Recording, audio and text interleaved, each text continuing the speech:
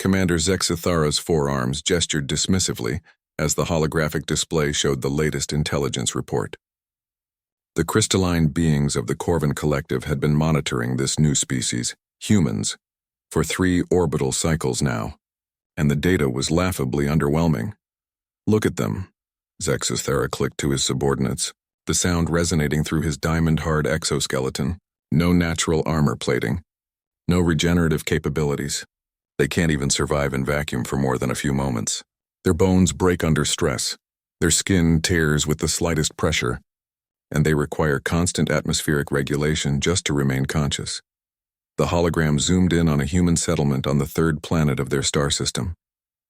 The creatures scurried about in their primitive structures, completely vulnerable to the elements. Sub-Commander Velmore's optical sensors focused on the display with what could only be described as pity. "Shall we simply ignore them, Commander? They pose no threat to our expansion into this sector. Their weapons are chemical-based projectiles and crude energy beams. A single Corvin warrior could eliminate hundreds before they could mount any meaningful resistance." Zexithara was about to agree when an urgent transmission crackled through their ship's communication array. Battle Captain Crixtal's voice carried an edge of something the Corvin had rarely heard from their own kind. Concern. "Commander, we have a situation at mining platform Epsilon 7. The humans, they've attacked our operation." "Attacked?" Zexithara's laugh was like grinding minerals. "How many casualties do they have?" "Thousands." A pause. "Commander, they have 17 casualties. We have lost the platform." The bridge fell silent. 17. Against a heavily fortified mining platform, defended by 300 Corvin warriors with energy shields and plasma weaponry. "Explain," Zexithara demanded, his voice dropping to a dangerous whisper. The tactical display shifted to show the mining platform's final hours. A small human ship, barely larger than a Corvin escape pod, had approached the platform. Instead of the expected surrender or retreat, it had initiated an attack pattern that defied all logic. "Watch this section," Crixtal's recording continued. "When their ship's hull was breached and atmosphere began venting, we expected them to withdraw. Instead, the humans had used the venting atmosphere as propulsion, steering their dying ship directly into the platform's primary power core. But that wasn't the remarkable part. As Zexithara watched, his optical sensors registered something impossible. The humans had continued their assault even after their ship was destroyed.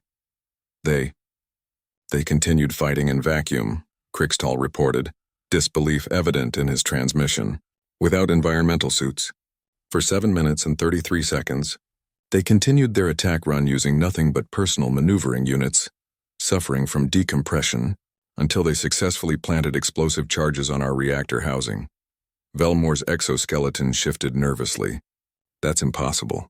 No organic creature can survive vacuum exposure for more than—" "They knew they would die," Zexithara interrupted, studying the replay footage. They accepted it as acceptable loss parameters. The tactical display showed more disturbing intelligence.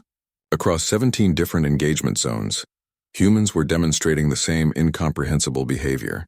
When their weapons failed, they improvised new ones from debris. When their ships were destroyed, they continued fighting on foot. When their environmental systems failed, they kept fighting anyway. Most disturbing of all, they seemed to improve with each engagement. "Commander," Velmore accessed the strategic database. "I'm detecting a pattern in their behavior. Each attack is more effective than the last. They're learning from our tactics." Zexithara expanded the holographic display to show the broader tactical picture.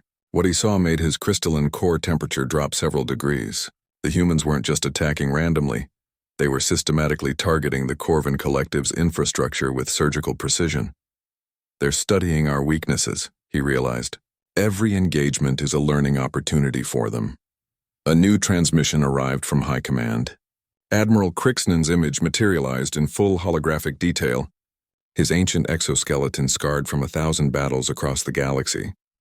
"Commander Zexithara, you are to immediately withdraw all forces from the human sector. This is a direct order. Admiral, with respect, these creatures pose minimal threat?" Admiral Crixnan's optical array flared with dangerous light. "In 72 hours, these minimal threats have cost us 14 mining platforms, 6 patrol cruisers, and over 2,000 warriors. They've accomplished this with technology we mastered 10,000 years ago, and numbers that shouldn't matter against our superiority. The Admiral's image leaned forward. Do you know what their casualty reports call their losses, Commander? Acceptable. They consider their own deaths acceptable if it advances their strategic objectives. We've encountered species that regenerate, species that phase shift, species that manipulate time itself, but we've never encountered a species that simply refuses to acknowledge defeat.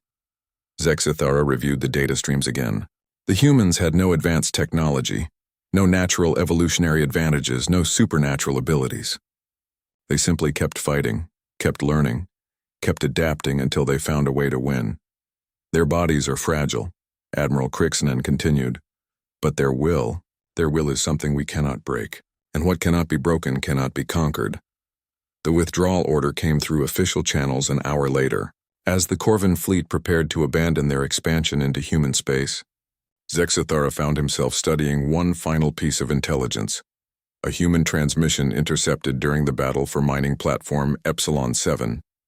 The message was simple, broadcast on all frequencies as the humans launched their final desperate attack.